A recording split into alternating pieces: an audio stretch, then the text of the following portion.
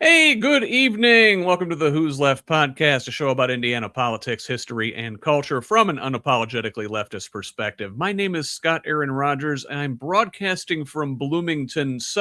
I've got a very special episode lined up for you tonight. We've got a handful of guests here if you're a certain age like me, you probably remembers the ABC after school special. But tonight, we're going to have the Who's Left back to school special. And I've got a handful of guests here, and we're going to talk about the various issues pertaining to Indiana's public schools and the difficulties they face. There's very much a multi-pronged attack on public education here in our state. Tonight, we're going to talk about the defunding of our schools for property tax cuts, school vouchers, and sharing with charter schools. We're going to talk about the introduction of Christian nationalist ideals into our theoretically secular public school spaces. We're going to talk about the disempowering and politicizing of school boards, and we are also going to talk about higher education if we get time. So before I invite everybody in real quick, this is an independent progressive media project. We need your support. We don't paywall content. We don't charge candidates for interviews. We certainly don't have billionaire benefactors. We refuse to hide important information behind a paywall in the middle of a political crisis, even to our financial detriment. So please, if you find value in conversations like this, go to progressiveindiana.net and subscribe at the paid level. It's only $5 a month or $50 for the whole year to help us build the infrastructure that will pop the right-wing media bubble in this state. And while a paid subscription is the best way to help us grow and sustain this project, you can help in other ways by liking and sharing on social media, commenting, leaving reviews, providing feedback, and forwarding our content to your people. Get us when you can. Mostly, we just want you here in this community of Hoosiers dedicated to making the state and its government work for all of us, not just the elite few. Please join us.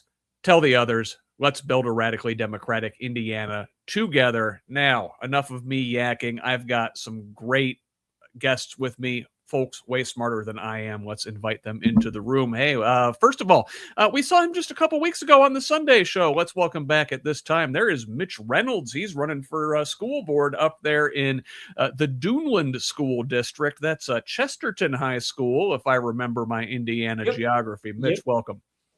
Glad to be back. Yeah, absolutely. Anytime. Glad to have you here. We'll be very interested to hear the school board candidate perspective in this. And you are also a classroom teacher, so you will bring that perspective to this as well. Absolutely. And let's also welcome someone familiar to the Who's Left extended universe, but we've not seen you in far too long. Dr. Michael Shaffer. Doc, welcome back. Thank you. It's good to be here. Good to have you again. Hey, introduce yourself to the folks really quick. You've got quite the bio. I can't remember it all.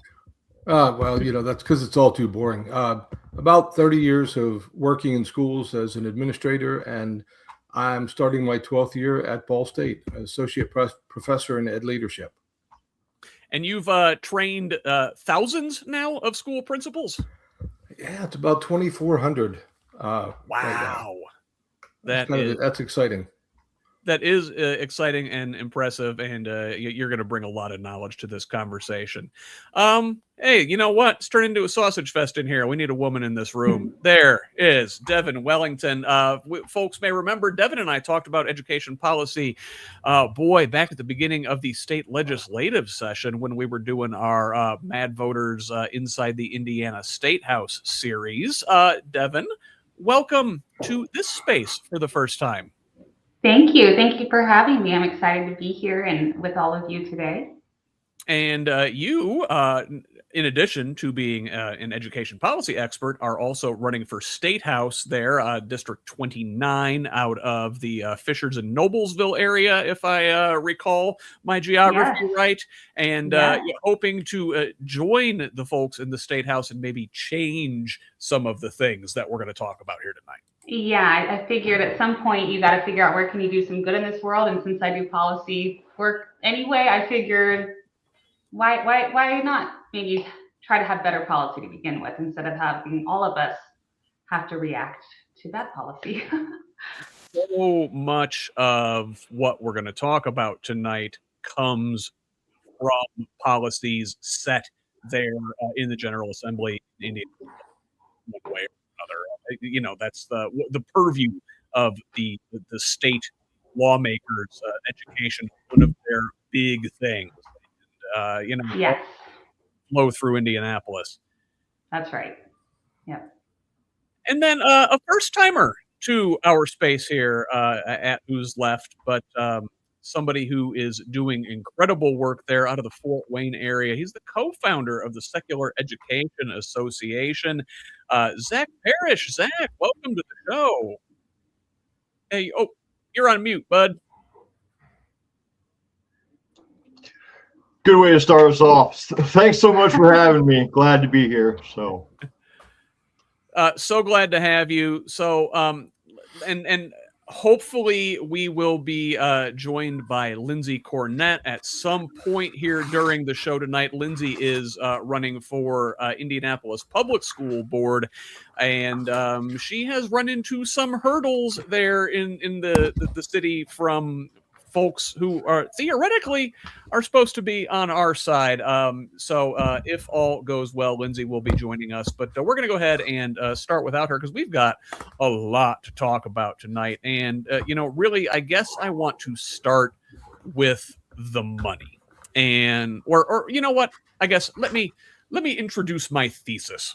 I said in the opening that, Indiana's public education system is under multi-pronged attack. And I sort of see two different worldviews pushing at this. You've got your anti-state, libertarian, taxation is theft, every service should be provided by the private sector kind of folks. And then you have the Christian nationalist, the public schools are indoctrinating our kids. Education, excuse me, my God, should be handled by the churches, kind of things. And Doc, I'll ask you to start. Am I sort of reading that right? Oh, absolutely right. And it's been happening for a long time, but it's just become a lot more evident, especially when you realize where things, even as far back as 2002, when No Child Left Behind was written by one of the groups that's very influential here in Indiana, and that's the American Legislative Exchange Council. And a number of our legislators belong to that group. They are very anti-public school, and so very anti-teachers union, especially. So, Mitch, that's a good thing for you to hear there. I'm sure you're very well aware of them. And Zach, I guess part of this also goes back to, if you want to zoom way back into the history of this thing, a lot of the attacks on public schools come out of the 1950s and the backlash to Brown versus Board of Education.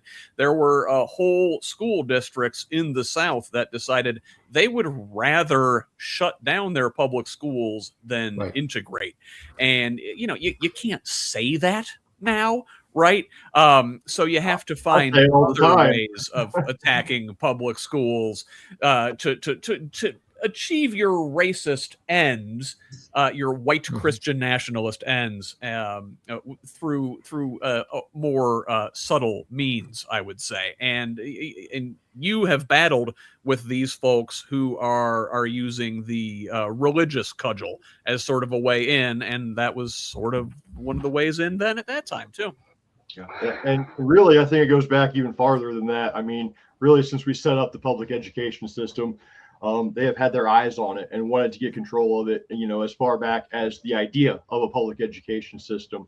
And I really also think that, we're talking about these two camps, but they're really more connected than people would like to think. And I think there, you will find that they are separate, but will work together frequently because they have very much the same goal of dismantling public education, but for different purposes, right? One wants to turn all public services into a profit center, and the other one I think are aiming for other things, let's say. Devon, how are you seeing this? Now, you are in Hamilton County. You are in a place that is one of the more affluent areas of the state, and the reason it is one of the more affluent areas of the state is because the public schools there are great, and that attracts people. People want to come in. It seems the folks that would do harm to public schools are doing harm to one of the things that attracts folks to your community. Yeah, I mean, I think anywhere, if you're looking to move somewhere, the first thing you look at is how are the schools ranked? Because it tells you everything else you need to know about that community, right? It tells you how do they invest in their infrastructure, in their parks, in their public services. All of that you can tell by how the schools are invested in. And, you know, one of the big conversations we're having right now about investment is what is an expense and what is an investment. And not enough people understand the difference between those two things. And so when you look at education dollars, it can be difficult to figure out the exact ROI, but it is sometimes 2 to 3 to 10 times the return on investment. And so in a place like Hamilton County that wants to be affluent, wants to stay affluent, wants to have all the perks of the community that people pay a lot of money to have, they're not happy with someone telling them how we can invest as a community. Thank you. And Mitch, I guess let me sort of get your opening thoughts here before we really turn to the money of it all. And that's where we're going to be. Oh, yeah, absolutely. And these two factions that you were talking about, you know, the libertarian right and then like the religious right, they're, as we all know, are quite dominant in the state of Indiana. And as a result of that, you know, as we see the results of this coalition coming together at times whenever they do decide to work together, that the end result is that it harms our educational system in the state of Indiana. And I was looking up some statistics, and Indiana ranks 31st nationally in quality of education. We rank 38th in teacher pay and 37th in the amount of money that we spend per student, which comes out to about $13,000 per student. And so you're seeing that we're not even like, we're at the bottom of the barrel here, you know, the bottom like 20% of states in the country in terms of educational performance and outcomes. And well, you know, to that end, Mitch, you get what you pay for, right? And I guess that's where we'll start. You know, in 2025, the premier signature achievement of Mike Braun's governorship so far, what he touts as his signature achievement, I think, is this so-called property tax reform. And what wound up happening is, you know, a lot of Hoosier homeowners, they will have gotten a couple $100 break on their property tax bills. But the large property owners and businesses are going to get massive tax breaks. And turns out our public schools are funded by local property taxes. And so these massive tax cuts that the governor and the legislature have pushed through are blowing a hole in the budgets of school districts across the state. Now, we've got 38 school districts this November that are going to voters in their local communities with tax referendums seeking money to fill that gap. Now, apparently, $744 million worth of school funding will be lost starting in this year alone. And in 2028, we're looking at about a $336 million gap across various school districts in the state. Now, for example, just one, Hamilton Southeastern, right there in your neck of the woods, Devon, is expecting a $45 million gap between 2026 and 2031. And they had a lot of these school districts, like the one up by you, Mitch, Duneland, approved a referendum just last year. That's the last time you get to do this in an odd numbered year, by the way. The state legislature also passed a rule saying they can only go to the voters in even numbered years going forward. But, the general or the midterm elections there. I don't know if that helps or hurts, and maybe we can talk about that. But my understanding, and maybe one of you who knows the tax policy of this all best can take this from here, is that this bill actually gets worse over time. Like the homestead exemption grows and grows and grows. So sure, your home values may increase over the next several years, but as home values increase, the deductions increase. So, schools aren't going to get increased funding as home valuations go up. Devon, listen, maybe I'm putting you on the spot here, but you're going to be in the state house. These are one of the things that you're going to have to tackle. Yes, absolutely. Am I sort of right on that? Yeah, you are. And it's so many pieces to it. When we talk about like education, people are coming at it from all angles. It includes in our property tax laws, right? So assessed values are going up, but deductions will increase over time. So like I know for our school district here in Noblesville, their referendum, they're trying to make it so that as your property taxes theoretically go down, but not actually because assessed value is going up, so people are feeling relief, right? Then our referendum would scale. So for people, it would be about even. That's the goal here in our district, right? But because essentially the property tax base is now falling out from under schools, and schools cannot pivot like a private organization can in terms of how they fund their programs, right? So when it comes to like operational cuts versus money that they get from the education fund, there's a certain amount that they have to fund teachers of the budget that they get, but it's not everything. And so there's like that piece of it, which is really, really detrimental to schools. But there's other pieces to it, like the fact that after this year, if schools are not able to pass the referendum this year, any referendum passed after this year, you have to share those referendum dollars with charter and private schools, charter and vouchers. And so it's not just so then that referendum number, that however many cents per dollar, that's going to go up too. And so we're making it impossible, and it's really frustrating because we will hear from state leadership, we have historic investments in education, and that there is funding, but it's not going to our public schools, right? The amount of money that is going to private endeavors from our public schools is astounding. And so we are asking our schools to do more with less.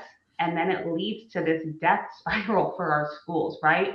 Where it's just going to be a very, very quick downward spiral because the families, I'll speak for Hamilton County, the families who can leave will, right? And then what happens to your tax base? And then what happens to your school funding? It just gets continually worse. And just one point on the funding piece, one more, I guess, is public schools have so many accountability requirements, right? And we can have a debate about if those are valid or how we might streamline those, and those are worthy debates. But as it stands right now, they have state and federal accountability requirements. So I hear a lot of times arguments about we're paying administrators too much, we're paying teachers too much, this person gets too much.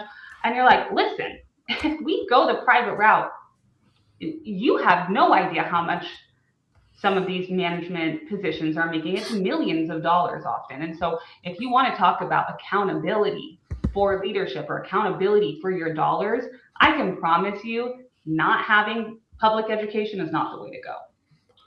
Well, yeah, I think Dr. Shaffer, public schools, they have to take everybody. There's that part of it Absolutely. too, right? Go ahead. I always look at it as we get to take everybody, because that's the whole idea of public education, is that we're not restrictive. But when you look back at why are we having this problem, it goes back to the Mitch Daniels administration when they set the circuit breakers and they set the 1%, 2%, 3% taxes. And his purpose in stating that and the way he sold that was that it's going to make Indiana open for business. We're going to have lower business taxes than everybody else. I would like to see the figures of how many more tax dollars we've brought in, but we have lower state taxes on business than anybody else. So they're benefiting, but that's what's causing us now to reach the point where so many school districts are having to do referendums, because we knew it was going to happen. We knew that we would reach the edge of the cliff at some point, because school districts have cut and cut and cut. They've done referendums, and some of the districts have been successful, others have not. And so, in fact, the district where I live tried to do a referendum last year, and it was defeated. And now they're having to make cuts in essential services, and that's a big deal. Listen, for folks of a certain age, it is the Eric Andre meme, right? He shoots Hannibal, says, "Oh well, why would so and so do it?" It's so what's happening, Mitch, is they're defunding public schools, they're kneecapping our public schools. Right. Without adequate support, public schools maybe don't perform as well as they should, and then they point to the failing public schools and say, "Look, public schools are failing." How right. Yep. How did this happen? Mm-hmm. It must be those commie teachers unions, right? Well, yeah, absolutely. Go ahead, Mitch. Yep. Yeah. So I do want to briefly talk about the referendum that came up in Duneland, because a lot of teachers there were held with a tough decision about the teachers union was talking about that and how we have to do this referendum now, we have to do it immediately, because if we wait on this, it's just going to be harder and harder for us. And so they did it was a really short time span to be able to do that referendum. And the teachers union, they really came together to be able to pull that off. The co-president of the Duneland Teachers Association, Bob Durant, him and a lot of other teachers took the charge on that. They went door to door. They knocked to get voters out. They put out signs in order to get people to show up just for this referendum. There wasn't really that much on the ballot that year for the referendum. Might be the only thing that was really up on there. So that's why the turnout was, if there's nothing else on the ballot, the turnout's going to be not really great. But, it was a lot of that 18% was the turnout on that particular election last year in the Duneland School District. But the thing, it passed with 62%, overwhelming support. Yes. Mm-hmm. And a lot of parents are overwhelmingly supportive of the Duneland School District. There was a general consensus that I felt in the community that we wanted to maintain a strong, supported school district in Duneland. And so when it passed, even people who were ostensibly against the referendum, a lot of those people were even like, this is fine. They weren't really too upset about it, which I'd like to see. But overwhelmingly, the community was quite supportive of the referendum by and large. Zach, what do you think about this argument? People, sometimes the anti-tax folks will say "Oh, well, I don't have kids in public schools. Why do I have to pay?" Sure. Yeah. I mean, that is one of the main talking points of that entire platform, right? Whether we're talking about just lowering property taxes or abolishing them entirely, that's the growing movement, is just abolishing them, it seems. But I don't think we can undersell the relationship between, this platform of abolishing property tax and, because I don't have kids in the public school, I really think that is just kind of an effect of the broader agenda of the conservative platform of dismantling it, right? Yes. I don't know that they're necessarily two separate things working together when they can. To me, it seems more like this was born out of, you know what I mean?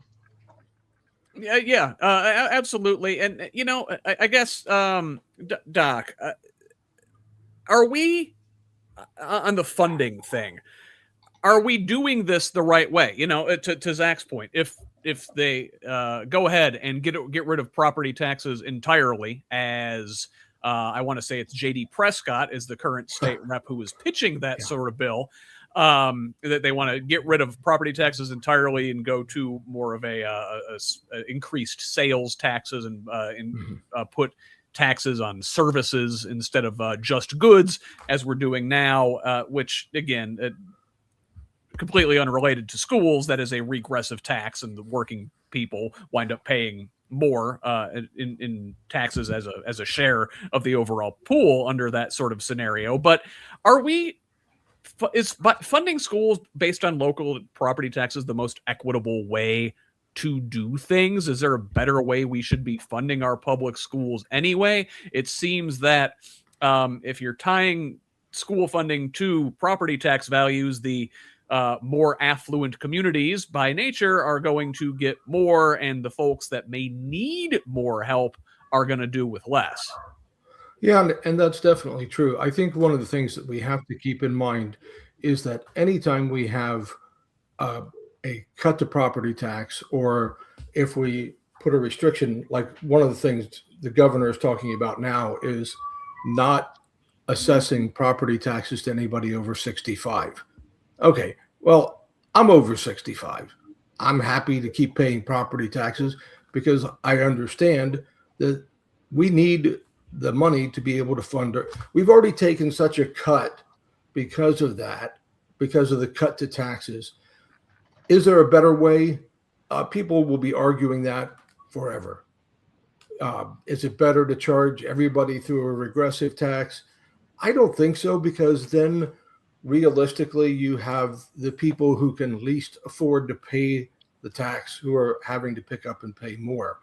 And so the property tax has been a good way to do it. It's just that you want there to be a balance of some kind so that it's not overwhelming. And what really triggered all of this back in 2011, 2012 was that property taxes in Marion County were so high. And they said, well, that's the only way we can fix it is we'll change it for the whole state. Well, that's not really smart when you do that kind of thing, because then you start to push things. You don't hear people talk about, I don't want to fund libraries. I don't want to fund fire departments or police departments. They say, why should I pay for schools? They don't say, well, I've never had to call the police to my house to help me, so why should I pay for police protection? Because I might need that someday. And so I think the thing with schools too is that when schools are good, the entire community benefits from that. And when we invest in our schools, and that means a lot of upkeep, a whole lot of upkeep, because a lot of our buildings are old, then what we have is we have better schools. You know, I was principal of a building in a district not too far from here that was built in 1924, and the building was in excellent condition because they had kept it up ever since that time. You know, it was great. I personally love the architecture of the old buildings anyway, but you know, the thing that we have to look at is when you're talking about the students that have the greatest needs are often the students who go to the worst facilities for school. There's no excuse for that. There just really isn't. Because if we expect to ever make a change through education, there really is a direct connection between the quality of the schools, not just because of what it looks like or what the classroom looks like, but quality of air, quality of heat. If you have a building that the heating is going out all year long and you don't know if it's going to make it or not, or it doesn't have air conditioning. A friend of mine was principal of a building that did not have air conditioning in a larger district close to me. They would have to open the windows on the second floor at night and leave the windows open and then close all the windows the next day in the hopes that the hot air would be going out. And so it would be cooler in the building. And it didn't make sense, you know, but there are a lot of crazy things we've done that way all across the country. hundreds of billions of dollars need to be spent on schools. So it's something that we have to make as a commitment. Yeah, that's the key, in my opinion. Like, we have to prioritize this. We can talk about how to fund it. If there's better ways, we can figure that out. You want to have the private debate versus the public debate. Whatever it lands on, it has to be a priority. And that attitude of, well, I don't have kids in school, it's not my responsibility, is so narrow-minded. Can we not see the bigger picture of the future of our country, of our community, you know? Yeah. I kind of have a point on this, which is that, you know, a lot of other Democrats, we talk about compromise with the other side, reaching across the aisle. And I thought a lot about this, that you know, the GOP, they want to base it, you know, talk about, you know, basing it more on sales tax as opposed to property tax, which, as we all know, is a regressive tax, which predominantly impacts more poor communities. I'm willing to go that route if the state legislature is willing to legalize marijuana and tax that, and take a page out of Michigan's books and tax weed in order to help fund public education. I'd be willing to go that route, you know. But yes, the underlying story needs to be, we need more funding for our schools. We need more funding per student, per pupil. We need to raise teacher pay, and we need to support teachers' unions. And I think one of the things that we can notice. Oh, yeah. Go ahead. I just wanted to say, Doc, Lindsey's here. I wanted to give her a chance to introduce herself. Lindsey, welcome. Y'all, I'm so sorry. Here I am, making such a good impression, Scott, on all of your listeners and people tuning in. I was sitting at my son's soccer practice, typing all my notes up on my Google Doc, thinking I'm doing so well on time today, and here I am a whole 30 minutes late because I had the time wrong in my calendar. So I appreciate Hey, we are great to have you. So, hey, real quick note from here. Whoever's got the kids hanging out, please keep your mic on mute while you're not talking, just so we got a lot of background noise going on. And then, Lindsey, I'm going to try and give you a little boost. You're a little quiet. I'm going to try and give you a little extra audio there. All right. So anyway, Devon, I guess I wanted to come to you on the funding. Last thoughts on that before we sort of change gears.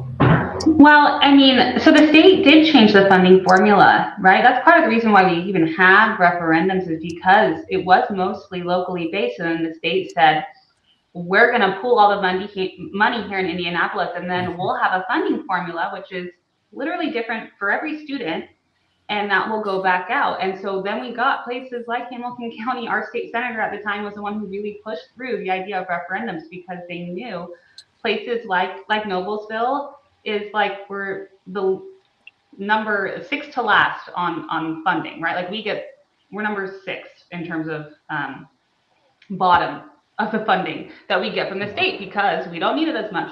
But the trade-off was the community can decide that we want to pay more, and now they're limiting that too, which is I think it just sort of gets into this larger argument of this idea.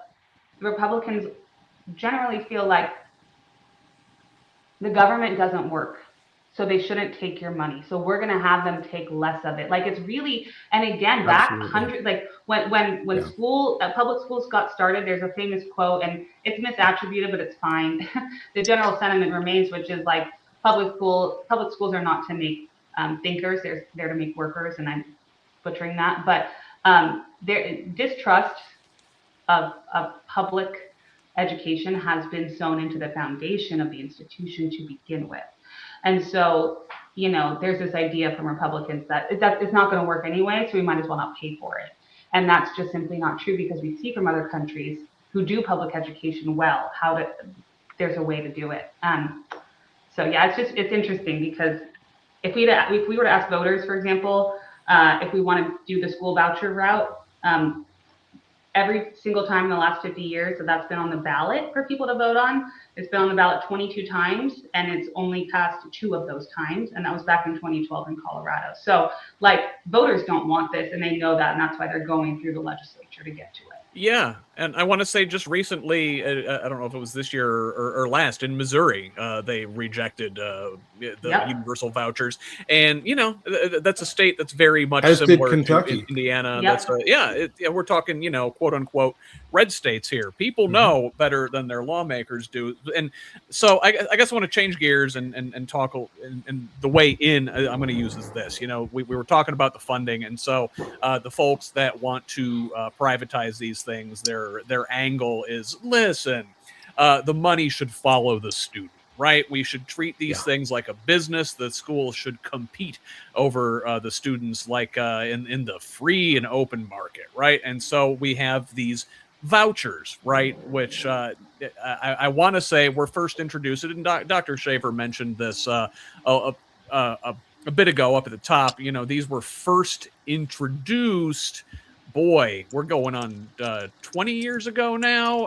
Okay, 2011, I guess, was when the choice scholarship first came into being. But there were income caps on that. These were directed at lower income students, the folks in the quote unquote failing public schools. It wasn't for everybody. It was for the folks with the most need. Well, just this past year, they put these universal vouchers in place. So now there are no income caps. Any student from any family of whatever means can now get a voucher to go to the school of their choice. Well, the problem is, there's not choice in every district. These sort of things are limited to places like where you're at, Devon, Hamilton County. I'm sure there are private schools abounding that will take these sort of vouchers. And Lindsey, where you're at, there are more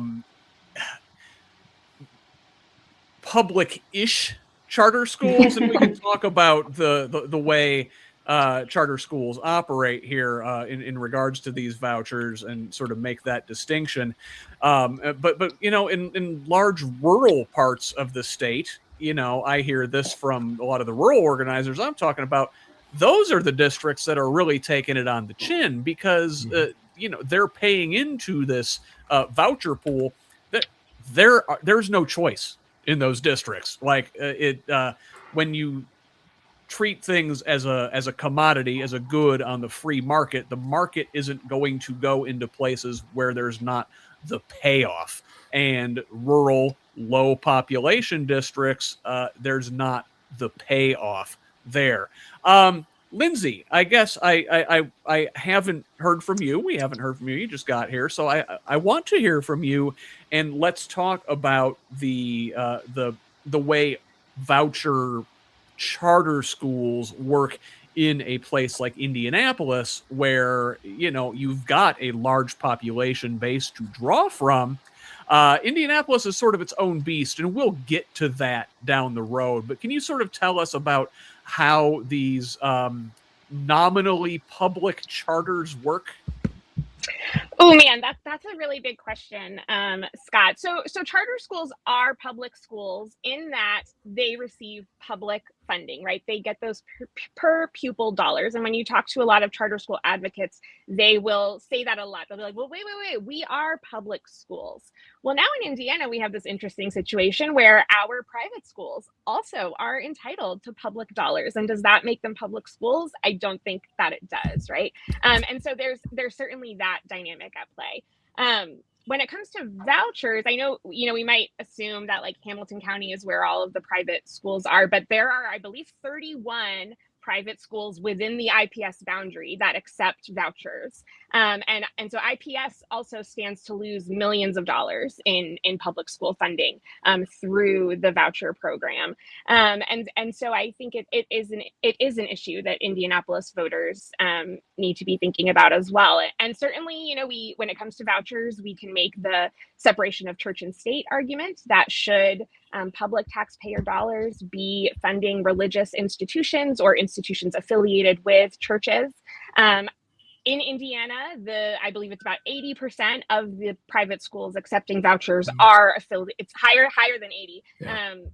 are religious private schools. Of course, you do have those that are not. You have, here in Indianapolis, we have the Sycamore School and Park Tudor, right? These are schools that do not have religious affiliations, and yet they are now able to take an awful lot of taxpayer dollars. And everything that we know tells us that it is not predominantly low-income families that are using vouchers. The majority of families in Indiana who are accessing vouchers were already paying for private school before That's the correct. vouchers existed. Yeah. And we also know that it depends on the study you look at, but that in states where vouchers exist, private schools raise their tuition at a far higher rate than in states where vouchers do not exist. And so this just becomes another way of siphoning money away from our public institutions, and in this particular case, primarily towards families that don't need the assistance. We can have the conversation about low-income families being deserving of the same opportunities as every other family. Like, I'm willing to have that conversation, but that's not the reality that we are operating from in Indiana right now, and that's true in Indianapolis as much as anywhere else. And if you look too at the fact that 70% of those students have never attended a public school. So this whole, the big lie, which was told at the beginning, is that we're going to get poor kids out of failing schools. Okay. And a lot of people still say that. They say, well, and I've had my students tell me that, well, the original idea was to get poor kids out of failing schools. No, it wasn't. It never was. The stories that were told to get the voucher system started. And a lot of people don't remember this because it does go back a way. But one of the big people who was a lobbyist for getting vouchers in Indiana was Betsy DeVos, whom lots of people love to hate as the former Secretary of Education. But as a former Grand Rapids resident, I will attest to the DeVos influence on schools across the Midwest is enormous. Yeah. And so it's kind of interesting to me that, for one thing, right now, we don't even know how much was spent on vouchers last year. The 25-26 school year, that report has not been released, but they can tell us they anticipate spending $674 million this year on vouchers. Now, the part about this is it was sold as parental choice. That's what the whole story was parental choice. It's not parental choice. It's school choice, because the schools decide who they're going to accept. And if you're talking about a family, and having worked for so long in public schools, I can tell you we had some large families in our school district, 7, 8, 9 kids. They would not even be able to consider a voucher school because at the very least, they're going to have to pay an extra $1,500, $1,600 per child over top of what the voucher covers. And that doesn't cover transportation. It doesn't cover sports fees, all those things. And so it was never designed ever at any point in time to get poor kids out of failing schools.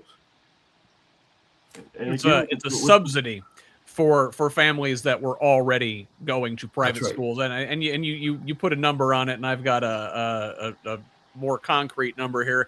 So an analysis from Chalkbeat puts the median gap between private tuition, and this is just in Indianapolis, but inside IPS boundaries and the voucher at roughly $1,694, so closer to $1,700. That the voucher doesn't cover the full cost of the tuition. That is sort of a selective way of selecting out for the folks that can afford to pay that. And that's not the only people that get selected out, Scott. I think it's fair to note that when you look at the very first year of the voucher program, 26% of the students were Black. This past year, 8% were Black. 8%. So you can't tell me that's accidental. That's happening on purpose. Now, am I saying that every voucher school is racist? No. But I'm saying that there are a number of them in Indiana that are functioning as segregationist academies. And again, you can't deny the history. I mean, this is what history shows us, right? This is where we started. I think the other thing with this, choice, like they're literally calling it universal choice, right? But like you mentioned, when we're talking 80-90% of the schools that accept these vouchers are religious schools, that cuts out a large population of people who are not going to make that choice. I choose public school because I want a secular education. And Zach, about that. So I guess I wanted to talk about the religious side of this. I asked Lindsey to talk about the sort of public charter side of who receives these vouchers. Which we'll have to circle back around to, because I don't even think I touched on it. But. Oh, we will for sure. Zach, I guess talk about the kind of schools, these religious schools that are receiving public funds and what kind of stuff they are teaching. Are they held to the same curriculum standards as our public schools? Not held to any standards. They're not held to curriculum standards. They're not held to transparency standards. They're not held to the standards of accepting all students, like Dr. Shaffer touched on. I mean, they have no standards. They have no oversight. And it's good that you said that, Zach, because there's a little known fact that if you pull up the Choice Scholarship Report, and by the way, the state only gives those, at each one it only lists 3 years. I don't know if anybody else has noticed that's because they don't want you to see the difference in one report from the first year all the way up to the current year, because the numbers have changed so dramatically. The number of Black and brown students who attend there, the percentage of students with special needs who attend there. Because if a parent chooses to send their child to a voucher school, they give up all the rights of a free, appropriate public education. And that's one of the greatest things that we depend on. But they also are at the point where they made up a lot of laws contrary to the Individuals with Disabilities Education Act that allow the voucher system to say, you know what, we don't have a program for your child here. Or if they do, and I've done a study on this, as you might guess, but I actually went through all of the voucher schools. I looked at their staff listing, and I went teacher by teacher to see what they taught, to see the percentage of those teachers that were actually, the ones who said they offered special education, who actually were listed as special ed teachers. Out of that group, it was an astronomically small number of those teachers who even had the license to teach special education. It's like 15% of the smaller percentage that offer it. And so the whole thing with special education, if a parent says, yes, but I really want my child to get a Christian education, a religious education, I'm going to send them to a voucher school anyway, they automatically, by doing that, they give up all their rights to due process. So what that means is, and we think of due process in two different terms, okay? Due process like the 14th Amendment, where it talks about, the life, liberty, or property without due process of law. But then due process in special education also means that if a school district, public school district, is not meeting the needs of your child, and you've gone through the steps, you've filed the complaints, then you can, as a parent, can file a complaint with the state asking for due process, where the state steps in to try that case to make sure that your child is getting the needs met. That's why public schools are different. Well, that doesn't exist. In a private school, you do not have any ability to protest a change in placement or a disciplinary change or a disciplinary action, because that's written right into the choice scholarship law. Well, go ahead, Devon. Well, I was going to say to this point too, like we have to think about how federal policy is also impacting our kids, because current Department of Education is literally tearing apart our Office of Special Ed Programs, our Office of Civil Rights, So it used to be that if you had a case with your state and the state wasn't taking it seriously, you could go to the Office of Civil Rights of the Department of Education and they would take it seriously. And you would states have to report to the Department of Education what their due process is like, how many cases did they have. It's very closely watched. And we're getting rid of all of these accountability metrics from top to bottom. Not only that, when we think about voucher systems and we think about educating kids with special needs, first of all, it always comes from a deficit model, right? We fail to ever recognize the fact that 50% of Fortune 500 CEOs are neurodivergent, right? We forget that argument, okay? But I believe, just based on the history and the patterns that I am seeing, that we will see in the next couple of years out of the state legislature a push to put kids with special ed into specialized private schools. And it will lead with the goal of reinstitutionalizing kids in special education. And I hope I am wrong, but I don't think I am. No, I think you're right on that, Devon. You're right on that, and we've seen it. They're dismantling the Department of Education. It's been a long time goal of the right in Washington. They moved, to your point, the civil rights part out of Department of Education over to DOJ, I believe. Yep. And then there was another function of the Department of Education that they moved. Special ed went to DHS.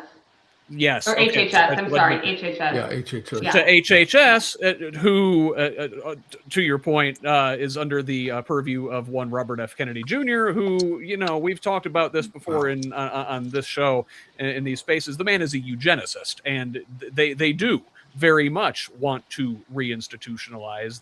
They've talked about this directly and indirectly before, and all of this, the dismantling of the Department of Education, is because they've always hated the DOE, because it was put in place, I want to say, during the Carter administration. Yes, it was, and specifically for the purpose of educational equity, right.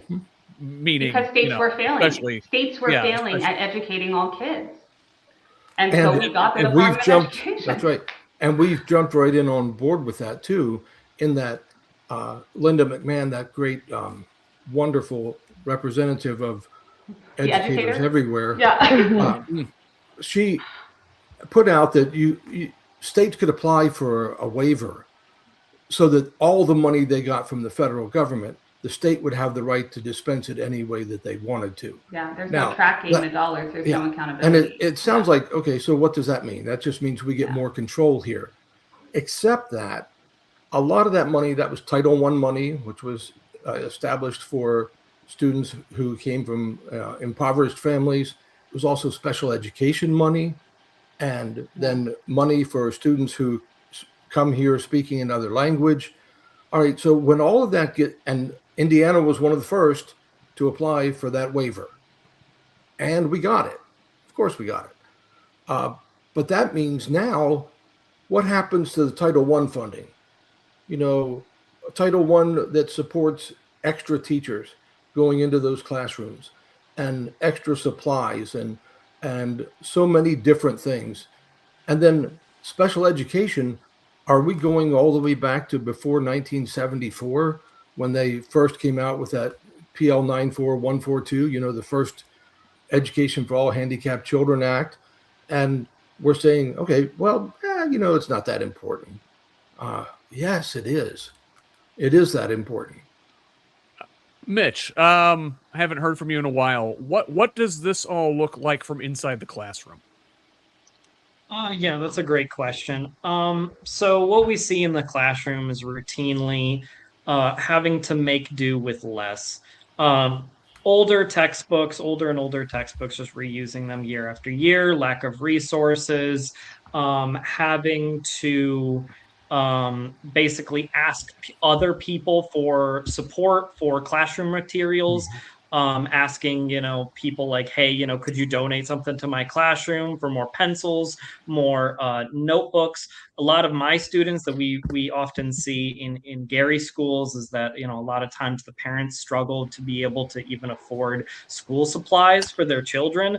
And so oftentimes, as teachers, we try to make up for that imbalance and provide it for our own. Sometimes that comes out of our own pocket.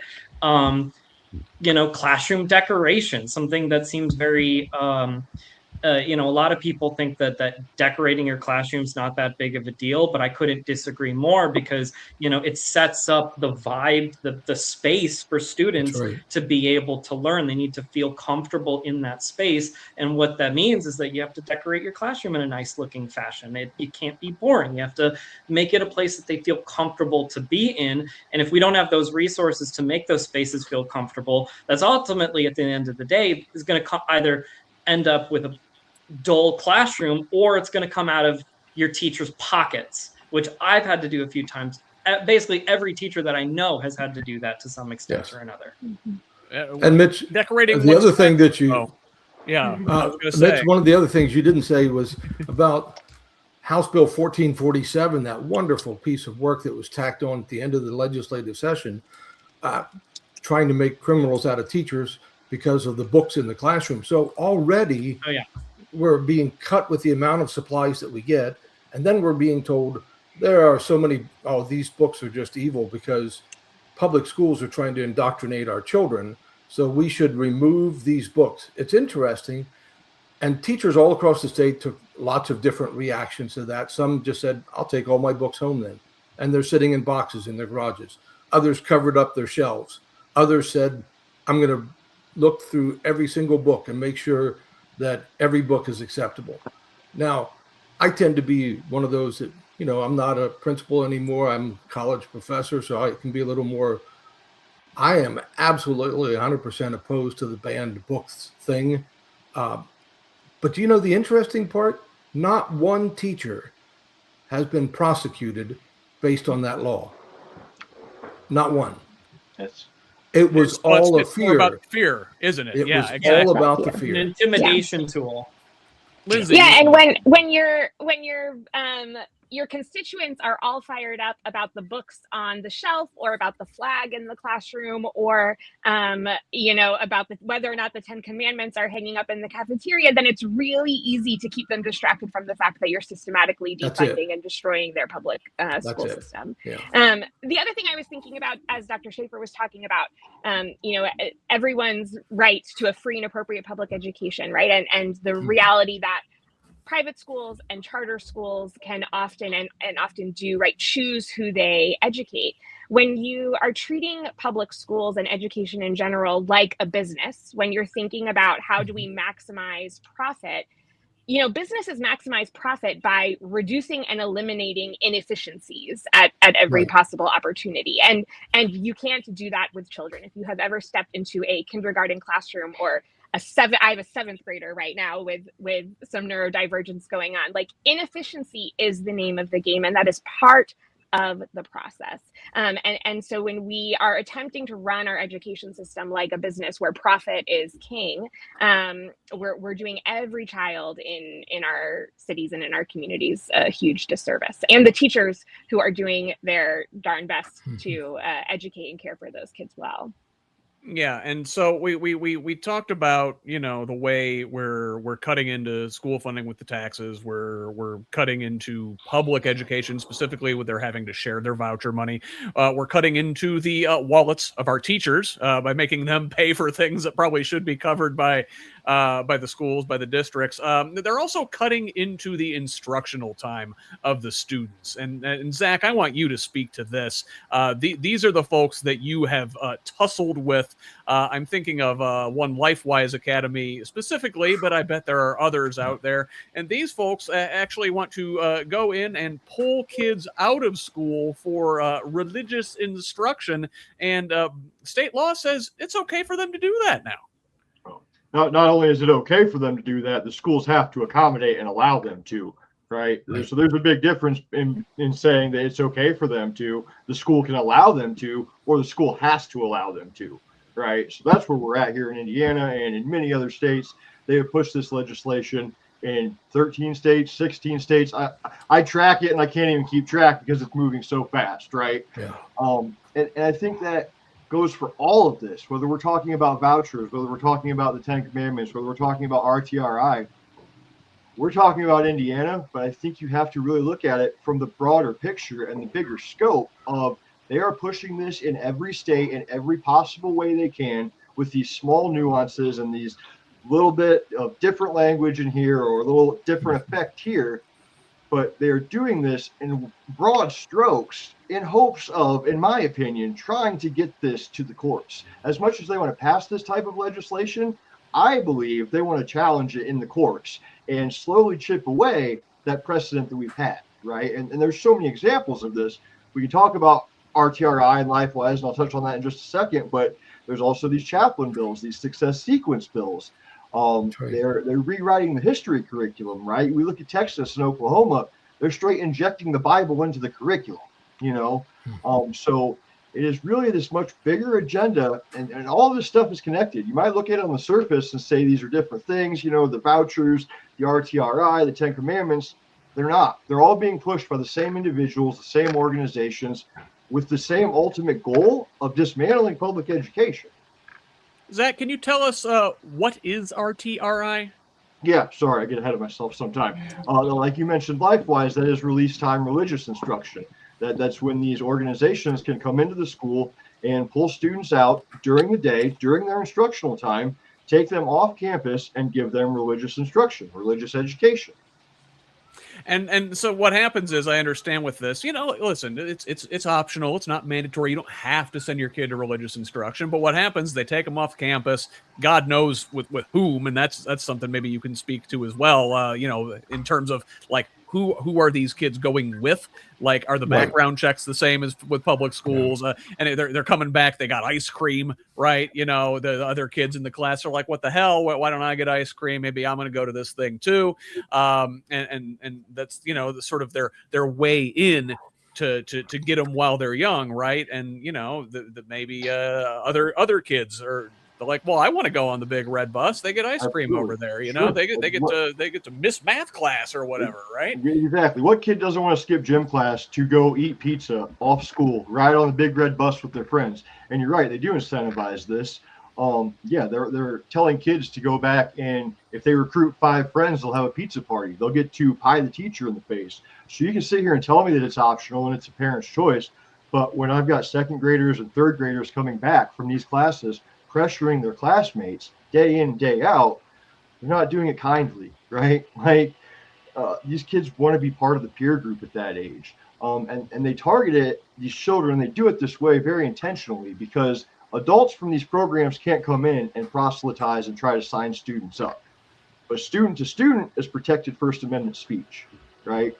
And, you know, I keep mentioning how this is all connected. They want to train these children in this religious education, but please understand it is just as much about a political education, because once they get them in this mindset, they're going to start leaning towards conservative values. They're going to start signing up for Turning Point when they get into high school, right? It is just this pipeline, and this is where they are targeting them young and trying to get the spread to the kids who aren't going to the private schools, to the religious schools, who aren't going to church on Sunday or after school on Wednesdays, right? So. And Dr. Shaffer, maybe you can speak to this. This is very much being litigated in real time. Things like this, you know, we mentioned the 10 Commandments, right? This was a bill in Indiana. They were debating it at the State House this year. Thankfully, it failed, but you know, they're pushing these things in other states. Both Louisiana and Texas are moving through the courts with a couple of similar but different cases. Right now, I want to say just yesterday, was it that a suit got filed, or the Supreme Court said they're going to take a case for this upcoming session in October, I believe is when that starts, where basically the Supreme Court's going to litigate whether it's okay for states to mandate the 10 Commandments be posted in their schools. Yeah, and they've been looking, like Zach said, they've been looking for the right lawsuit. You know, this more than looking for it, not to cut you off, more than looking for it. I mean, they are aggressively pursuing it. Yes. Yeah. And it goes back to, for years, people on the right said the Lemon Law, which was based on the Lemon versus Kurtzman case, which established 3 principles that you had to follow if it were going to be some kind of alliance between the church and the state. All right, well, Kennedy versus Bremerton came along, the praying football coach. And this was one of the biggest ignoring of justice that I've ever seen, because this was a guy who had held devotionals in the locker room, public school building, Bremerton, Washington, had actively engaged in praying with the kids. And then when the Supreme Court got involved, they did because the school district finally said, enough. We don't want you doing this anymore. And he was going out to the 50-yard line and praying at the end of the game. Well, a couple things to keep in mind. Coach Kennedy was still wearing his school logoed attire. He was still on the clock, being paid by the school district. So he was not on his own free time. The Supreme Court ruled he was entitled to his private practice of religion. Tell me how it's a private practice of religion when it's the coach standing out midfield with a football helmet from each team, screaming to Almighty God to bless this contest. Okay, so let's be real here. We talked about the coercion that happens with younger kids with ice cream. Coercion happens with any kid who's ever played on a sports team. Because how do you get more time playing? You get the favor of the coach. How do you get the favor of the coach in this case? You go to his prayer meetings. And they even got to where they were inviting other teams and coercing and some of the administrators of the other teams called the administrators in Bremerton and said, hey, this is not okay. We don't want our kids doing this. But the Supreme Court looked at like 3 games, 3. Out of all that had happened, they looked at 3 games and they said, we don't see any coercion. We don't see anything wrong with what Coach Kennedy is doing. It's his own private practice of prayer, which then sent all kinds of shockwaves through school administrators who said, what do we do now? Because, we knew that we couldn't have kids pray over the intercom system. Are they allowed to do that now? And can't pray before football games. We knew because there was a case that said that, because there was nothing inherent about praying over the football intercom system. There's nothing religious about a football game. So this happened, and now it has completely thrown out separation of church and state. It's gone. Not just in Indiana, it's gone. And they may very well put the final dagger in it this upcoming session. Zach mentioned Turning Point. We're talking about getting them while they're young. This LifeWise Academy is aiming for kids in elementary school. He said like 2nd and 3rd graders, right? That's extremely concerning. Certainly, they don't stop there, right? And they're really after the high school kids too, with Turning Point USA. That was the late Charlie Kirk's organization, where they go into high schools and colleges, and they groom young susceptible youth into Christian conservative and libertarian political ideology. And just this past year, it was in the spring, Devon, wasn't it, when Diego Morales and Todd Rokita and Mike Braun said, we want our high schools to partner. We want every high school in the state to have its own Turning Point USA chapter. Yeah, that's right. And it becomes, and the challenge that we have in terms of the conversation around it, I think something we have to give to the right is that they've got really good branding. And their messaging across all these different topics, to Zach's point, is in lockstep. And so as we're trying to have conversations around nuance and legality and constitutionality, and they paint this conversation as they want a godless nation. And that's absolutely not the conversation that we are even trying to address, right? We're trying to address what is best for everyone, what does the most good for the most people. And so I think we get into a really challenging space, especially as we're trying to break the supermajority, especially as we're trying to have these really important conversations that, like Zach said, are all connected. I mean, even the term voucher, I don't like it, but the term school choice, it does not, they don't describe what they're actually doing, but they're short and they're quippy and they have associated it with something else. And so it works. And so that to me is an even bigger challenge that I don't think that we've even begun to address, and I don't know that we will be successful until we do. I find I that think we also have to look at on the left, our creatives go into the arts. On the right, they go into advertising, and they're very good at that. They're really good at it, and you're not allowed to disagree. Like you shape up or you ship out, and so it's a lot easier for them in terms of their messaging and how they talk about these issues with voters. Doc, and then I want to come to Mitch. So, one of the things I always tell my students, I teach a politics and education course. And one of the things I always tell them, fundamental rule of politics is always follow the money. Well, if you talk about LifeWise, this is not just a religious organization. Joel Penton, who started this, saw this as a way to make serious buck. And Zach, you probably know the exact numbers, but their profits last year were about $17 million in profit. Now, Joel says, I'll tell you where they make their money. They make their money by they get their parent or two to go to the school board and say, we want to have LifeWise here. School board says, okay, we can do that. But then what they don't tell is that then they have this very organized, back to what Devon was saying, a very organized team that comes in and they start hitting up businesses and wealthy individuals in the community and asking for large donations. We have to have a place, we have to pay utilities, we have to have a bus, we have to, all these things. But the people, so my issue is not mainly with the individual volunteers who think they're doing a good thing. My biggest problem is those who are in charge. That money's going somewhere. Nobody knows where it's going. And it's not just the businesses and the wealthy individuals of the community they're going to. They're targeting little old ladies in congregations of local churches who think they're doing the right thing as well. They're taking money from the Heritage Foundation on top of that, right? Like they're plugged in to these national organizations as well as targeting the little old lady in the pew, right? So they're pulling it from every direction. And then they're using that also to fund getting people into office who will support their causes. Yes, right. Like I mentioned earlier, they're lobbying. It is really a machine. Yeah. It is.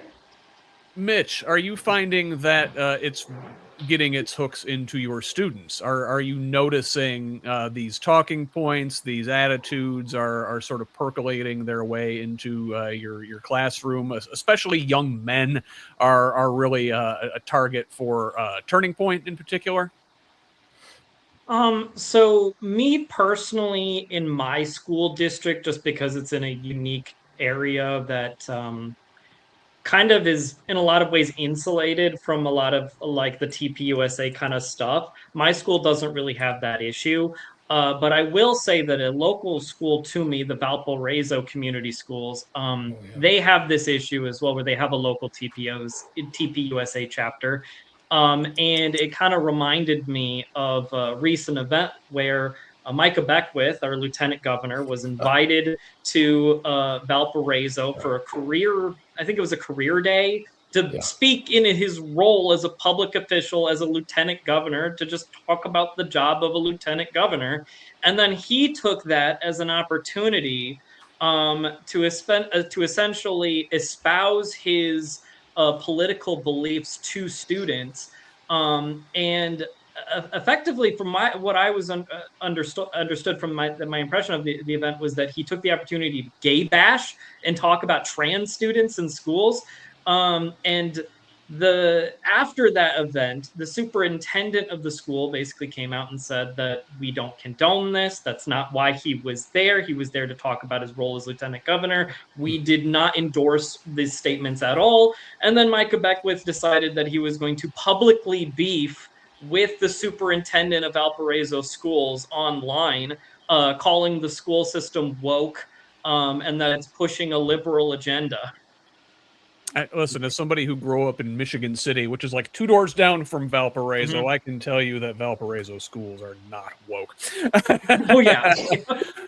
I mean, they say they don't endorse those statements, but what else did you expect, right? Like, are you that detached to not know that was going to happen? So who are supposed to be the guardians, the gatekeepers to prevent this sort of stuff from happening in our schools? You know, we are theoretically still a democratic country where we have local control over our school boards, especially.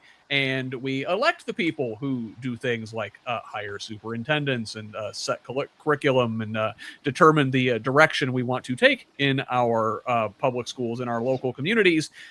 But yet, in particular communities, our state government has decided, nah, you know what? We don't need local control. We don't need these school boards. Mitch, up in your area, Gary was under state control for some time, and now Lindsey down here in your area, and you can speak to this at length.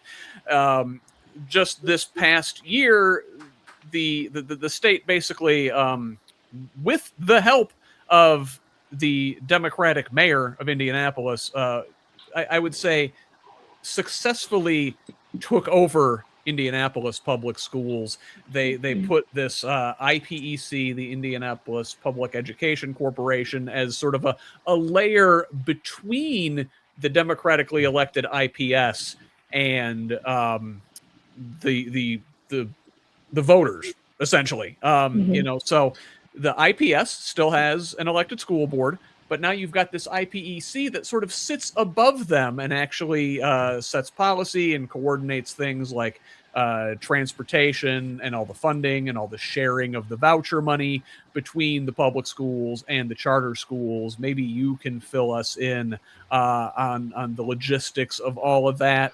And, you know, you are running for IPS board, which only has 3 of the 9 seats on the IPEC board. So, you know, and you see the minimizing of democratic input there. Maybe explain, there's a lot there, but go ahead. Yeah. Well, you know, IPS, like we've talked about tonight, like many school districts in the state of Indiana, has a funding shortage, right? And last year, you know, our state legislature loves to come after Indianapolis public schools in particular, and we could talk about all of the reasons why that is the case. I'll throw in some kudos to Devon and say this is why one of the many reasons why it's important that we break the supermajority, right, and elect people who care about our public schools to the state legislature.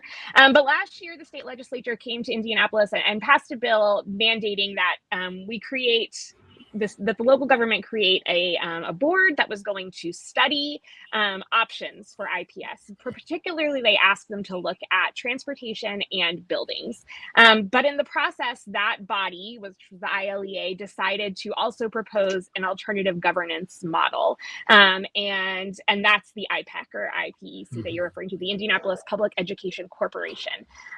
They were supposed to appoint, the mayor was given the power to appoint 9 individuals. There's supposed to be 3 members of the elected IPS board, 3 charter school leaders, and 3 content experts, ideally experts in facilities and transportation. Turns out all 3 of those community leaders are also charter school leaders, one of whom has now been hired by the Mind Trust, a charter advocacy organization, since his appointment to IPEC. And there's no mechanism for removing anyone from their role, their appointed role there on IPEC as well. So basically it was an effort that the state legislature began and unfortunately was facilitated and allowed by our mayor and other leaders in our city to strip democratic control away from Indianapolis parents and Indianapolis voters in favor of this board that now skews heavily, I think you could argue entirely, toward charter schools as opposed to our traditional district-run schools. To clarify, they won't have say over voucher money necessarily. They are mandated to control transportation and operations for Indianapolis public schools. And then they were also given the authority to levy referendums. So they landed on the rate of the IPS referendum and they landed on the language for it. And they now have the responsibility of getting it to pass. Lindsey, I understand on the referendum. I just wanted to interject. Yeah. If this thing passes, IPS or Indianapolis public schools, all of them, are still going to wind up with less money than they would have. Yeah, because the beginning this year, IPS and all districts statewide, I believe, will be required to share that money equally between traditional district-run schools and charter schools. So whatever money the referendum brings in will be split half and half between our traditional district-run schools and the charter schools within our boundary. That is enough to make a lot of pro-public education folks say they want to vote no on that referendum because they don't want to send more money to charter schools. I am personally in support of the referendum. IPS, even if the referendum passes, IPS still needs to make $20 million in cuts. If the referendum does not pass, that number rises to $50 million in cuts in the next school year alone. Like that's not a sustainable reality. And so I would hope that that Indianapolis voters will come in support of this referendum. And in my conversations with people, most people understand when they understand what how IPEC came about and how it has operated thus far, they're horrified. The only folks who seem to like it are the mayor and the people he has appointed to this body and the organizations that they represent. And so I am hopeful that Indianapolis voters will come through on this referendum. But it's going to be an uphill battle, right? You all, before I hopped on, I know we're discussing some of the realities of property taxes and the financial strain that a lot of Hoosiers feel. And I am certainly sympathetic to that. And but for the good of our public schools, we really need this referendum to pass. A lot there. And, this is a Democratic run city. Now the IPEC and the entire, the bill that kind of mandated that Indianapolis undergo this reevaluation of their public schooling and, including the vouchers as part of the governance model. That came down from the state. And Devon, correct me if I'm wrong, but right. This also has been in Indianapolis a bipartisan effort. We've picked on Republicans and the right and the privatize everything libertarian folks and then the far right Christian nationalists. We've picked on them a lot tonight, but Democrats have enabled this as well. And Devon, I'd like to hear from you. Yeah, I mean, well, we see it starting in 2002, really all of this starts before then. This has been decades in the making, and even just how it's rolled out, how we've talked about it, who are we supporting? Look at we're being so equitable by making sure that all of these students have all of these opportunities instead of getting at the root of the problem. And certainly we want a good education for all kids, right? But this is not how we do it. No. And if we want truly, fine, let's say we want choice, let's say we want vouchers, okay, fine, just don't pull it from the general education fund. You guys figure out how to fund that separately. It does not get to come from our kids' fund. And that's kind of how I see it needing to run. But back to your point, yes, we've been having, I think it'll be really, really interesting to see after this year's mayoral election, what happens to IPEC based on who becomes mayor. Mm-hmm. That is very interesting. So to your point, Devon, earlier about like the Republican Party coming in with their like very clear messaging, I think public education is a particularly challenging topic for the Democratic Party because to your point, Scott, like Democrats are not necessarily aligned on our approach to public education, right? And some of that, I understand, you know, for decades, right? Many of our public school systems, including IPS, did not do a good job equitably educating children of color, right? And folks from marginalized communities and from low income communities. And so I understand the appeal of that choice model, right? To say like, well, if my local school is failing, then I deserve a choice to, you know, an alternative. And I understand that model, but we have come to a point now where the system we have established in Indianapolis isn't sustainable. We have more school buildings than we've ever had in the boundary, and we have fewer students than we've ever had within this boundary. And yet we continue to allow charter schools to open more and more and more and more, and siphoning more and more dollars away from the schools that have existed in our communities for decades. And so ultimately what we have is we are maintaining an inequitable system as a result of the supposed choice model. To your point, and also those schools can close whenever they want, by the way, right? And the count for the money follows the child, that only goes till October 1st. Mm-hmm. And once that kid is counted, we see spikes in kids getting kicked out of those schools and going back to public schools who now that child's they don't get that money. The money doesn't follow the kid back. And so it becomes doubly inequitable. I was recently at an IPEC meeting where IPS's head of special education shared, and I can't remember the percentage that she used, so I'm not going to attempt to quote it, but that the majority of IPS students who receive special education services arrive to their school after that October count date, which means that in most cases, they were at a charter school and that school dismissed them after the school had secured their funding for the school year. And back to our point about vouchers, right? That our public schools have a responsibility and an honor. It's a gift to get to educate every kid who walks through the doors. And unfortunately, we have a system where if we continue to move down this road, that won't always be the case. I don't think that I still have hope that we can turn the ship around, but we've got a long road ahead of us for sure.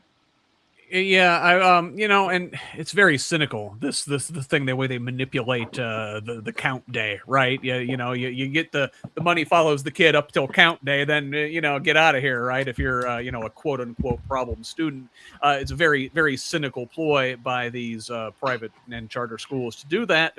But you know, to your point, Lindsey, you said, you know, there were times when the public schools didn't always provide you know, a top-notch education in certain districts, and you know, you can understand, you can sympathize with the parents who want to you know, provide the best education for their kids and are open to different or alternative forms of schooling, but Dr. Shaffer, I think that you know, we're also busy out there. We don't understand all the historical stuff that went into making our public schools that way in the first place. We don't understand that you know, quote unquote failing public schools are downstream of the kneecapping upstream. Mm-hmm. Yeah, and I think the thing that we have to understand is that teachers, by their nature, and teachers and administrators are typically people who really are in those positions because they care. And everywhere I've gone that I've asked teachers this question, why did you get into teaching? The answer 100% of the time is, I want to make a difference. So I don't know that anybody ever, even before 1974 and the special ed laws, ever said, you know, I don't care about those kids. Maybe not the people on the ground in the schools, but I would argue the politicians and the one making these laws, yes, they want an uneducated mass because they are easier to control. Yes. Right? So, but the fact that teachers are not by nature political, I think that's a difficult thing.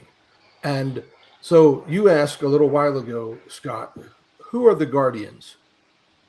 Well, the guardians have to be us, not just the six of us, but all of us. I'm 67 years old, so I can pretty well say whatever I want to say within boundaries, because I can retire and do just as well as what I'm getting paid at the university where I teach. So I know that I don't have to worry about it. And I teach my students things that most people don't teach their students. I teach them that they need to be radicals. I point them back to Rules for Radicals by Saul Alinsky, which was written in 1971, a tremendously good book about how to be organized and how to do things that we can do this thing that we need to do to be stand up and be heard. But it doesn't happen unless all across our state, people speak up. As of this point right now, I have written 51 editorials for the Journal-Gazette here in Fort Wayne. And only one time have they ever changed a word, one word for me. And that was the last one that I sent in, because when I was talking about the $674 million that was going to voucher schools this next year. And my words were, that's a hell of a lot of money to go into church pews. And I knew when I wrote it, they would change the word hell, because you don't equate hell with churches. And they changed it to say, that's a whole lot of money to go into church pews. And I laughed. As soon as I read it, I laughed out loud, because I said, I knew they were going to do that. But being advocates starts with us. Scott, what you're doing is amazing.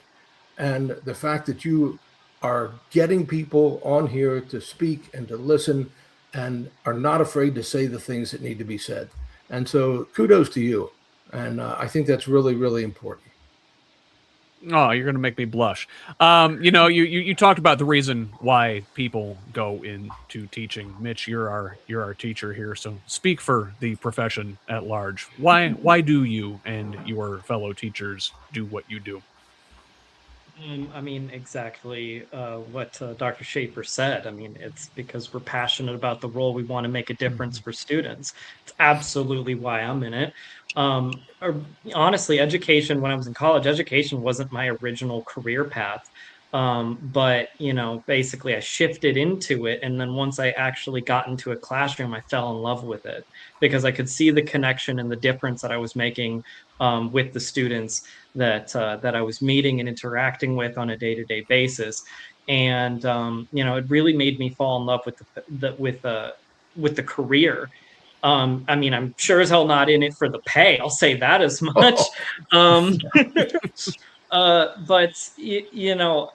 I honestly, at the end of the day, I love what I do. I love my job, and I'm happy to do it.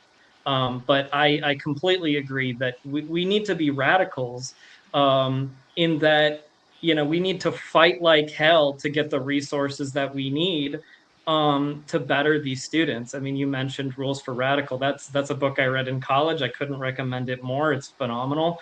And I'm glad that you brought that into the conversation. But yeah, I mean, I'm here for the students. I want to make a difference for the students, and that's the top priority for me as an educator. No, Doc, don't let Todd Rokita know that you're teaching Saul Alinsky in your classes. I'm sure he'll have. I'd be happy to invite him to my class, in the hopes that he might learn something. He can sit right beside Micah Beckwith, because I have answers for both of them. That's a couple of thick skulls to get anything through. Yeah. Lindsey, you are an IPS parent, is that right? Yeah, I've got 3 kiddos in IPS schools. What's the parents' perspective on a district like that is under attack from all sides, it seems? Yeah. Well, this is one of the reasons why I wanted to run for school board. It's part of my story. We moved to Indy in 2019 and set about getting our oldest kid enrolled. He was in first grade, or about to start first grade at the time. And nobody had a single nice thing to say about Indianapolis public schools. Everybody I talked to was shocked that we, with a young family with school-age children, would not be moving to Hamilton County. No offense to Hamilton County, Devon. but my husband's coworkers, everyone said, well, if you got to head up north, you don't want to put your kids in Indianapolis public schools. But my husband and I are both products of public schools. We met in high school, and that's a huge part of our family story and what we feel shaped us and made us who we are. And we wanted our kids to attend school with diverse populations of kids. We wanted them to be in schools with their neighbors. And so we were committed to choosing public schools. And we, from day one, have had a phenomenal, amazing experience. And I very quickly began to wonder, why is there this disconnect between the narrative that I am hearing about Indianapolis public schools and the lived experience that we're having? And also, why is that lived experience sometimes uneven for folks, in different communities and different parts of our school system? I think that Indianapolis public schools parents are exhausted. A lot of us showed up in big numbers last year and fought against this mayorally appointed board. We asked to keep democratic control of our school system. And despite the overwhelming public opinion in that direction, the board chose differently. And I think it left a lot of parents feeling discouraged and dismayed. But there is a group of us that are kind of determined to keep fighting. We love our children's schools. We believe that they matter. We are so grateful for the teachers that show up every day and do their work. We've got a handful of grassroots candidates on the ballot in November for Indianapolis public schools, and we're committed to fighting the good fight. We're not ready to concede the battle just yet.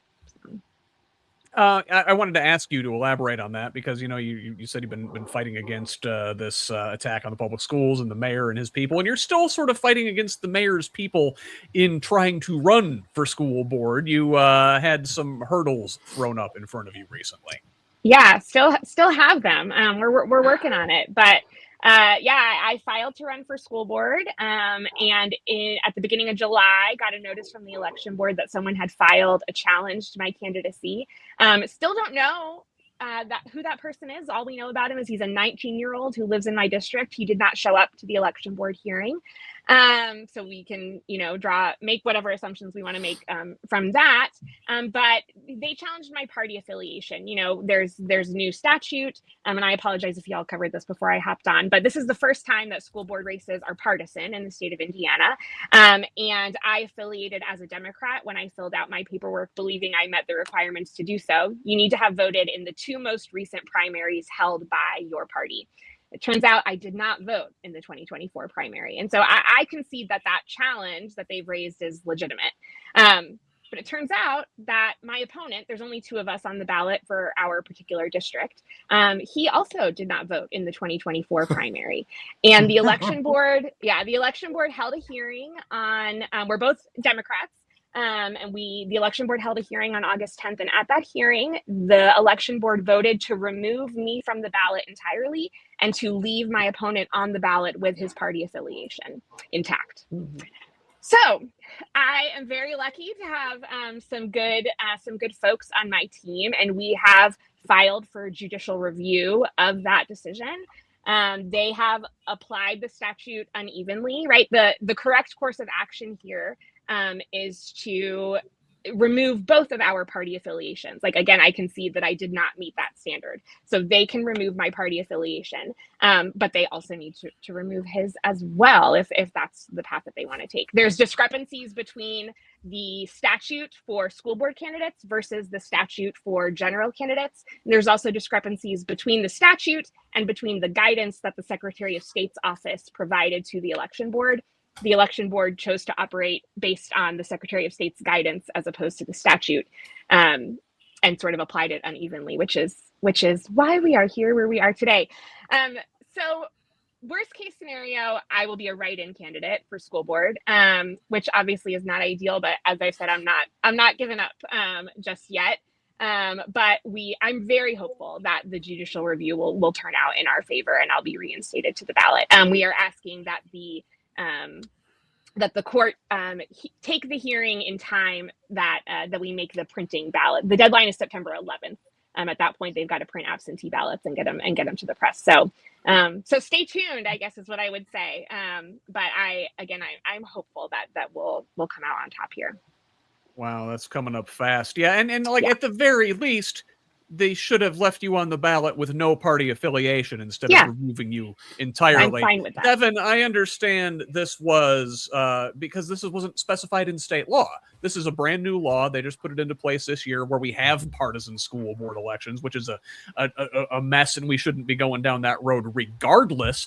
But they didn't give any specificity to what would happen in this sort of situation. I guess, when you win your race and you're there in the State House next year, I mean, first of all, we want to repeal this law, right? But short of that, we can we'd like to clarify maybe what we should be doing in situations like this. Yeah, I mean, I would like to get rid of it altogether. Quite frankly, I think it has no place in an elect. I mean, it's ridiculous. It's almost as equally to me ridiculous as the wording for the referendum, which we didn't get to, but everyone should look into that. How the referendums are worded is unbelievably insane. But Lindsey, quite frankly, like, you're doing something right. They're scared. So keep going. That's what this means. Thanks. Just keep going. Thanks. So, boy, I'd love to get into the referendum wording. I budgeted you guys for an hour and a half today. We're coming up in an hour and 40. I'm sorry for keeping you long. So, even though there are so many more areas we could dig deep into, we should probably start wrapping up. And I'll give everybody an opportunity to just say a few closing words. And Zach, I have not heard from you in probably the longest amount of time, so I will start with you. Put me on the spot. No, I actually want to expand on what Dr. Shaffer said. This comes down to all of us, right? As individuals, not just us on the panel, but everybody's part in that looks different. We've got a teacher, we've got school board candidates, we've got, Democratic nominees. Scott, you're hosting this podcast. I started a nonprofit just as a pissed off parent, right? We all have different roles to play, whatever that role is for the individual, whatever role you're comfortable in. Not everybody can fight like hell. Not everybody can be in the front. There are plenty of roles where you can just assist other organizations who are doing anything, go door knocking for your local candidates that you support. There are so many ways to get active and involved, and we all just need to do our part, whatever that looks like for us as individuals. And we need to do it together and coordinated, because that's where we're getting beat. The other side works together very well. They're very good at what they do. And make no mistake, none of this is being done out of ignorance, right? Or irresponsibility. All of this is a coordinated effort to push their agenda, and they are successful at it. Yes, absolutely, 100%. Mitch, some closing words from you, and don't forget to plug yourself. Yeah, absolutely. So I think that we had a great conversation here today, and Scott, I greatly appreciate you inviting me back onto the podcast. I appreciate all the panel guests for all of your input into this discussion. And I'm Mitch Reynolds. I'm a candidate for Duneland School Board. I'm a teacher in Gary, and I believe strongly in supporting our teachers, supporting our students, and really trying to push back against a lot of this right-wing agenda. As a lot of you guys might know, there's a group called Moms for Liberty that tries to flip school boards across the country to make them to push this sort of far-right agenda. And so, I'm just kind of here as a candidate that's opposed to stuff like that, trying to push back and trying to really course correct a lot of what's going on in our school boards. Appreciate it, Mitch. Thank you very much. Devon also would like to hear from you, and don't forget to tell folks where they can find about your State House campaign and maybe donate and volunteer and all that good stuff. Yeah, something like that. Yeah, my website, everything's Vote Devon. I tried to make it nice and simple. So votedevon.com. That's how you find me on socials. That's Devon with an O. Devon with an O. Yes, thank you. And really, I'm running because of these issues, right? And to Zach's point, we all do what we can where we can. And I know that public education is in the fight of its life, and it is a worthy fight. And so we will keep going, right? We are not going to concede. And, I've got 2 kids too, and I look at the world that they're supposed to inherit if we keep going down this path, and I refuse. And because I refuse for my kids, I refuse for my community, right? Because we are all connected. And so I think having people like you all, like the people listening, like maybe people who don't typically comment on stuff, there's still an impact being made, and it will take all of us, like you all said. So thank you, Scott, for bringing us together for this. Thank you, Devon. Lindsey, same thing with you. I bet you've got a website too, where maybe folks learn more about your campaign, perhaps. I do. It's lindseycornett.com. That's Lindsey with an EY. So that's an important thing to remember. I'm a former public school teacher and a mom of 3 IPS students, and I am not ready to give up the ship just yet. I think there are a lot of us who care deeply about Indianapolis, about making it a thriving community. And I'm eager to do that work on the school board, especially if I am going to have to run in the writing candidate. We are going to need some help and some support. We're going to need folks knocking on doors. We're going to need more money for more mailers and postcards and all of that, and people at the polls on election day. And so I welcome help and support from anyone who might be willing to offer it. My website's a great place to go to find that. And if someone is in the Indianapolis Public Schools District and they're not in District 4 on the southwest side, and they want to learn more about who on their ballot they might be able to vote for and feel comfortable voting for, I'm happy to have those conversations with folks as well. Very good. Thank you, Lindsey. And Dr. Shaffer, I will give you the final word this evening. Okay, it'll be a short one. In Indiana, we no longer close public schools. We just decrease the increase until there's nobody left inside. And I think we have to look at it. Call it what it is. Thank you, sir. Well, I appreciate all of you being here with me tonight. And like I said, these are deep, complex issues with a lot of nuance and so many nooks and crannies that need to be dug into. We can barely scratch the surface here, and we're coming up on 2 hours. So we will continue to talk about public education here in this state because it is under attack, but it is one of the pillars that holds up a functioning society. And so I think that is something we need to strengthen going forward. And I, again, thank all of you for being here with me tonight. And hey, thanks for all you folks who are watching or listening out there. Connect with me online on Blue Sky, Instagram, and Threads at HoosLeft.us, and on Facebook, TikTok, and YouTube at Who's Left. Progressive Indiana Network's handle is the full spelled out name on most sites, but on Blue Sky and TikTok, it is PIN Indiana. Help us grow with a follow wherever you're at. You can send me a direct message on any of those sites with feedback, tips, ideas, and concerns, or email me directly at scott@whosleft.us. Finally, please forward the show to a friend. Have them pass it on. Let's keep building this project and a truly democratic state, one conversation at a time. Until the next one, this has been a special presentation of the Who's Left podcast. I'm Scott Aaron Rogers. Love each other, Indiana.